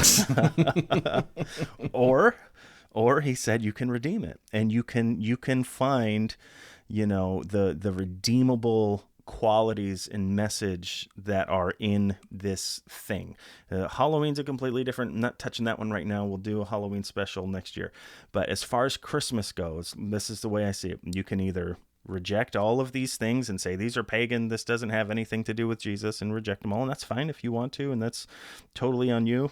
You can either just receive it all as it is and not think anything about it and just take it all in just as it comes to you, or you can be very intentional about it through the lens of your Christian faith and through the lens in what you believe about God and what the Bible teaches us, and you can bring some kind of redemption to all of these traditions that we observe around this holiday time. So that's kind and of if you my do approach. choose the receiving part of it, to just take it for what it is and enjoy it, then don't be surprised when old St. Nicholas comes down your chimney and punches you in the face for being a heretic while you sleep. Yeah. That's Amen. theology, folks. Amen. I love it. Thank you very much for that. And it's interesting when you're talking about the Halloween comparison, even in the process that you were talking about, which is so beautiful in the Jewish conception of time, where every day starts in darkness and ends in light, and we're continually moving from darkness into light. When you think of the three main American holidays at this end of year season, Halloween, Thanksgiving, and Christmas, it kind of follows that same path. I mean, Halloween, of course, it's dark and scary and evil and horrible, and yeah, I mean, you can have fun, get some candy or whatever, but the whole general motif is not fun, like not good. It's not a good thing. And then moving through Thanksgiving and then to Christmas, you think of Thanksgiving, what's the motif there? It's sort of fall. You've got harvest. You're kind of eating breakfast, the breakfast of holidays. And you've got sort of the brown leaves and the almost like the dawning of some sort of light. And then Christmas, man, they just light that sucker up like nothing. I mean, even though it happens at the darkest time of year, it's the brightest and shiniest holiday in America besides 4th of July, of course. I just think there's an interesting pattern that we're drawn to, and also we have crafted for us by the powers that decide which holidays get celebrated. Yeah, and it's it is kind of like we've been touching on it like all along, and just to kind of maybe close out this section about considering these sorts of pagan ideas, but it's not even like it's that far off that to take something pagan and then to redeem it, if you will, or to add a Judeo-Christian sort of spin to it is something that is completely unheard of. There are a lot of biblical scholars, and I believe that most of our listeners will be familiar with Mike Heiser, and I believe that he falls into this camp of this interpretation of the creation account in Genesis, that it is actually kind of structured in the same way as the ancient Sumerian creation account, where the biblical text is actually drawing off of another creation account, and they're basically saying this is how you have understood the earth and the cosmos to be constructed and made, and why we're here. And they, because it's popular, it's something that everybody in that time would have understood. And you have to remember too that, I mean, Genesis, while the oral tradition was there, and we have no idea about how it was transmitted through any kind of written texts along the way, but it's attributed to being a book of Moses.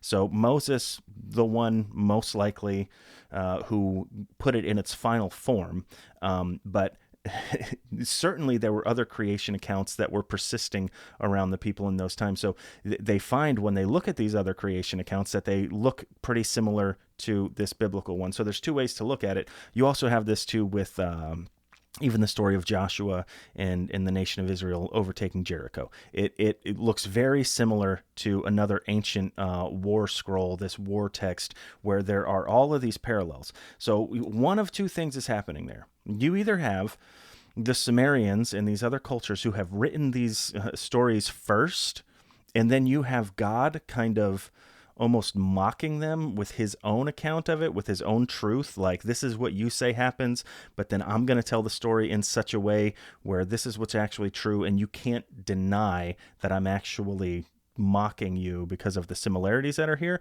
So you either have God reclaiming the truth in his telling of these events, or what you have is, because they're so similar, you see that these other cultures have been drawing off of Judeo-Christianity this whole time. Not Christianity at this point, but as it progresses, but Jewish writings. So one way or the other, it seems that they're borrowing from each other. Mm-hmm. If it is that we're borrowing from the pagans, this is something that presumably God has done in the past, and he actually enjoys it. He actually enjoys taking something that they revered and putting his face and his fingerprint all over top of it and saying, this is actually me.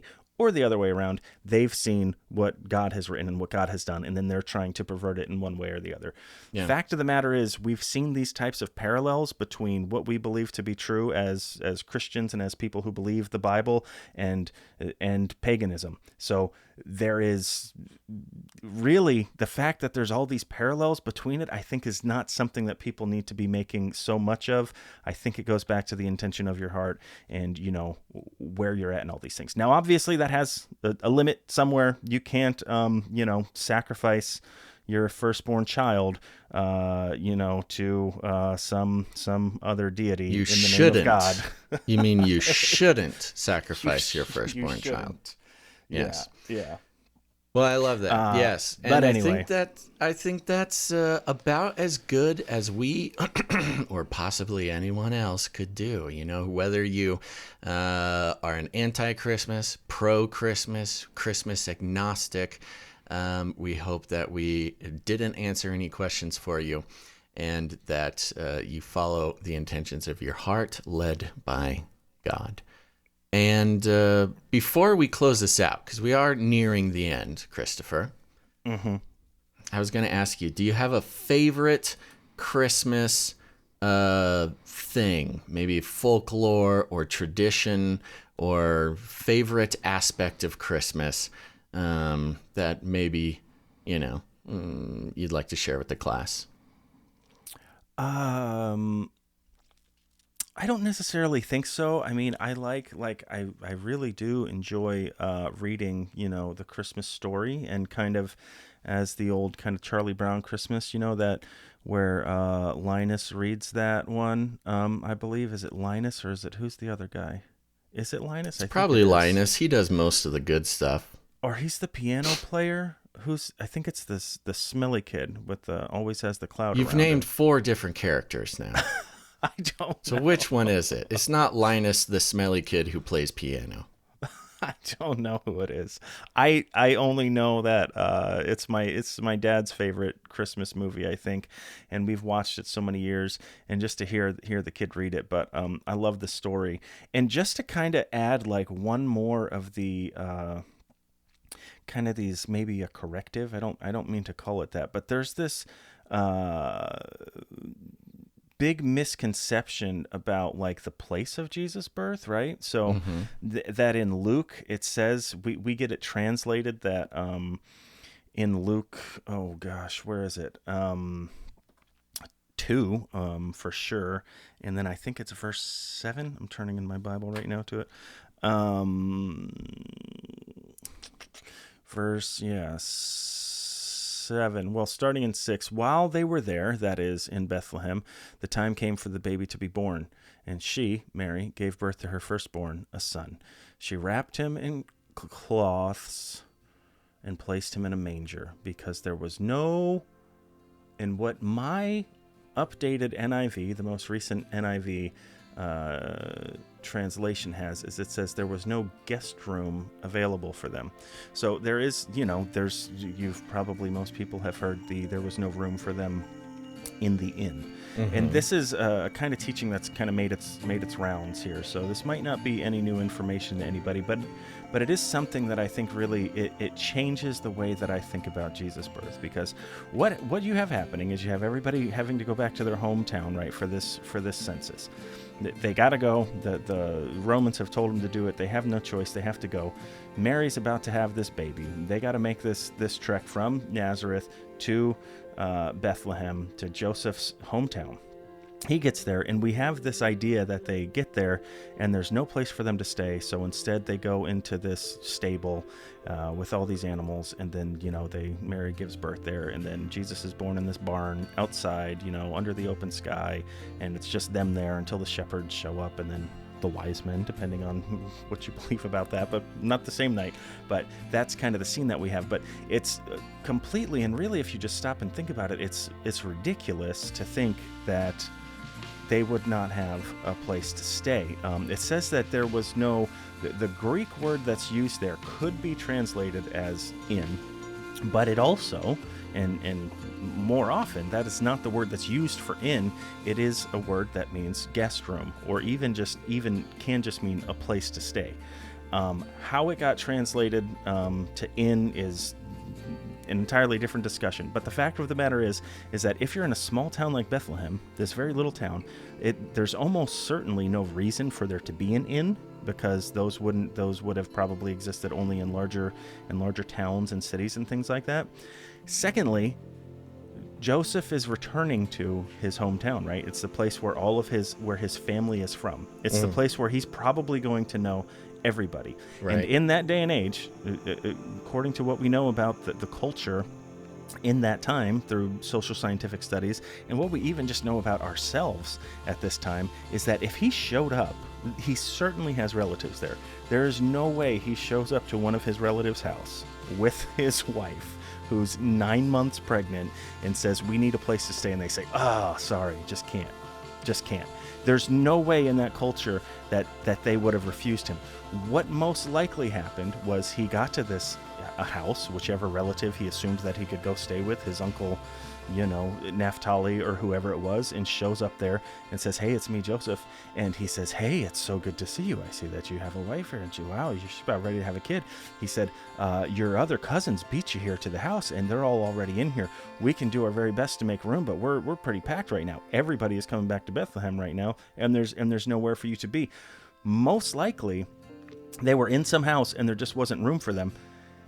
The idea of the manger is that most of the homes, from what we know from archaeology and kind of excavating some of these homes and things like that, a lot of them had basically what would be akin to garages, like at the front or on the side of the houses, where they would keep their animals. That the animals would come kind of into the house, and the animals would stay essentially inside the walls of the house, and that's where they would keep the animals, basically inside the walls of the house somewhere. So they have this little room, this section up there, kind of, where they would keep the animals. Along with that's not very romantic, Chris. It's not very holy. You can't have Jesus being born in the back seat of the 57 Chevy in the garage. Well, that's really probably, what happened. Although that would be a pretty cool nativity scene to set up.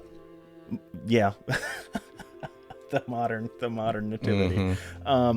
But most likely too, there were some other women there, and of course the women would see this other woman, some older women who have probably already had children, that would be there, that would be helping Mary, that would be talking her through and coaching her through giving this baby, that it's not happening in this, dark cave somewhere where it's just Mary and Joseph together, but that they actually are surrounded by their family, that they actually are in this place where there are a lot of people who are going to be there to welcome this kid in a sense. You can see it as Jesus came into the world in a very normal way, in the same way that many other, that most other people come into the world, surrounded by people who love him. The fact that he was placed in the manger is because it was probably right there inside of the home where they fed their animals, and there was just people everywhere, and it was the best makeshift cradle that they had, so they just said this'll do, and they placed him there. Still a very lowly entrance into the world, but maybe not perhaps what everybody has kind of envisioned before. So as you were asking, one of my favorite sorts of holiday traditions, reading that Christmas story out of Luke, but then thinking about it with all these different things that we've talked about and all the different kinds of, shedding a little more light onto what might have actually transpired on that night. It's just one of my favorite things to kind of sit back and reflect on and imagine. I find myself now being the one usually who has to do the reading. I used to, as a kid, get to kind of sit there and just kind of close my eyes and picture it all, but anymore, I have the awesome privilege of being the one to kind of read the story to the family. But yeah, for me, I mean, the candlelight service on Christmas Eve at the church is still wonderful, and then Christmas morning, getting to do that Christmas story and just kind of then cuddle up at the end of the night with all the people that we love and watch some of our favorite movies. So that is way more heartwarming than my answer, Chris. That's wonderful. I'm tearing up just thinking about it. I was gonna talk about the Yule Cat. The Yule Cat, known as Yule Cat, is an enormous feline monster that roams the countryside in Icelandic tradition during Christmas time. When its powerful claws and sharp teeth, it can easily chop human adults into bite-sized chunks. Little children it was able to swallow whole. The Yule Cat is active during Christmas time, when it may even travel to towns and cities. After Christmas Eve, it peeks inside windows to see if children have earned new clothes as presents. This seems to act as some form of limitation. If a person had been hardworking and active enough to receive new clothes, they would be safe from Yule Cat's hunger. Had they been lazy, the cat was free to first eat their Christmas meal and afterwards the person themselves. So, wow. A little different than yours. But just remember, kids, if you get new clothes for Christmas, you gotta be thankful and wear them, or else Yule Cat is coming for you. Wow. Well, okay. I think we covered it front to back there. We did it.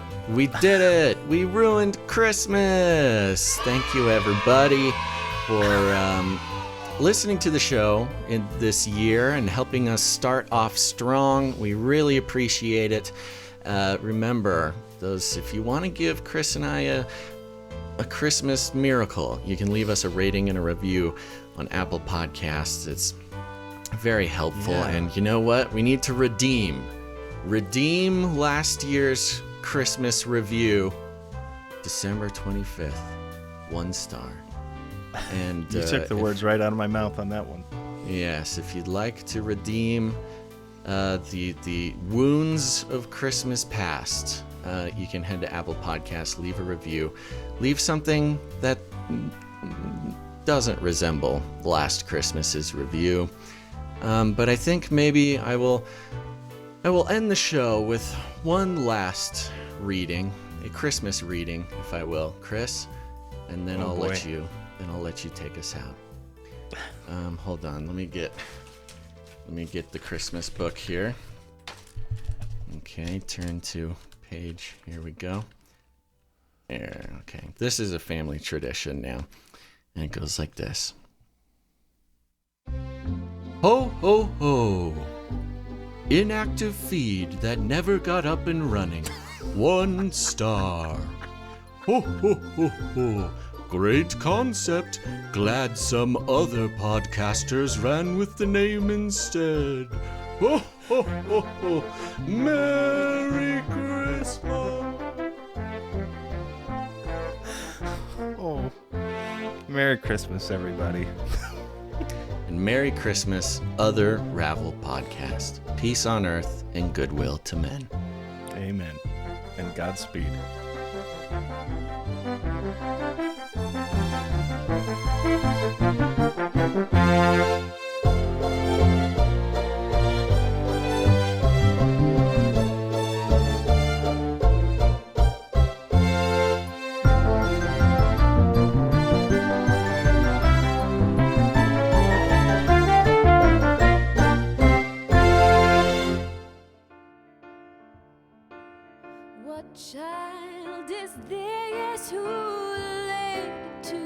Christ on Mary's lap is sleeping,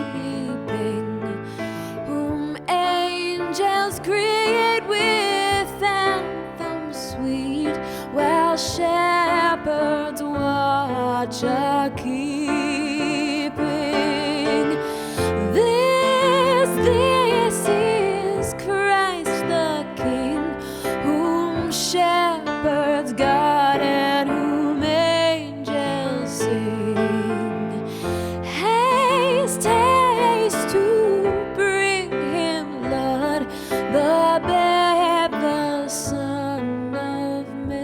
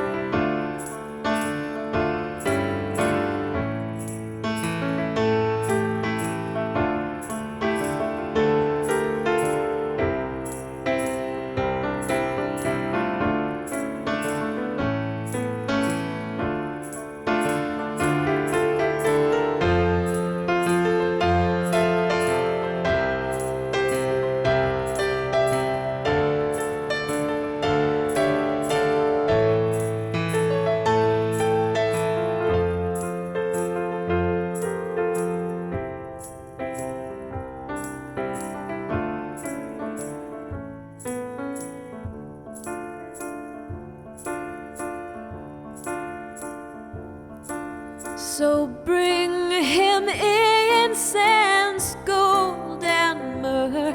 Come, peasant king, to own him. The King of kings salvation brings. Let loving hearts enthrone him. Raise, raise the song on high. The Virgin sings her lullaby. Joy, joy, for Christ is born, the babe, the Son of Mary.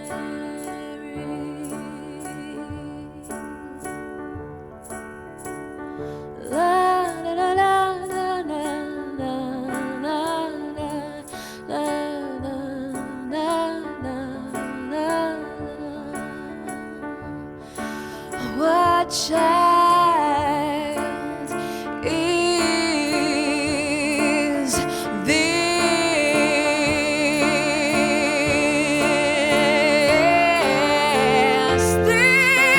this is Christ our King, whom shepherds guide and angels sing.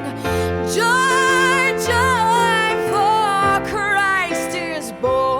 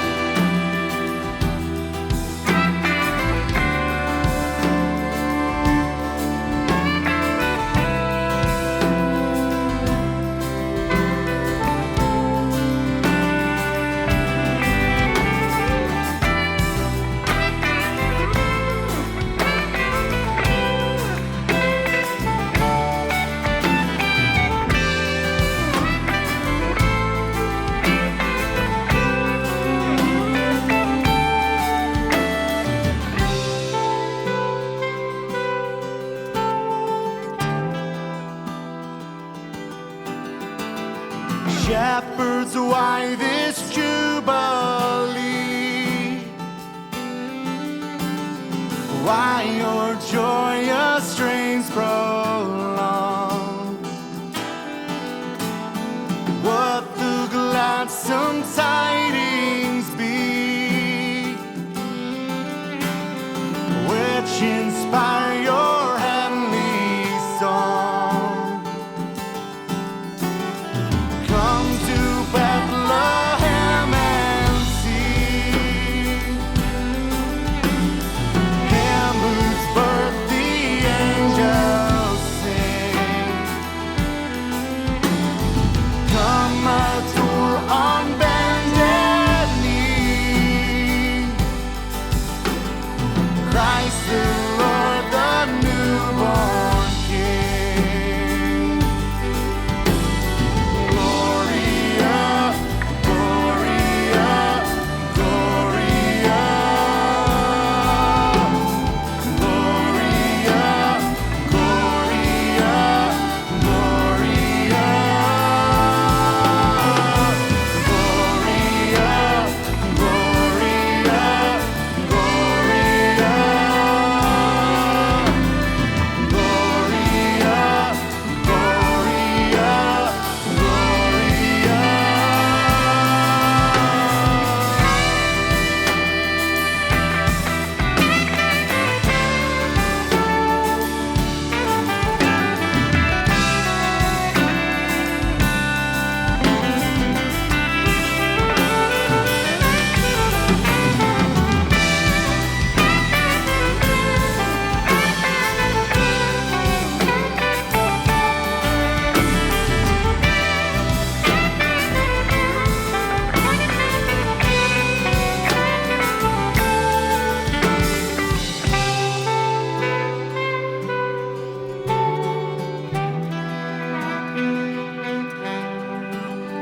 See Him in the manger laid,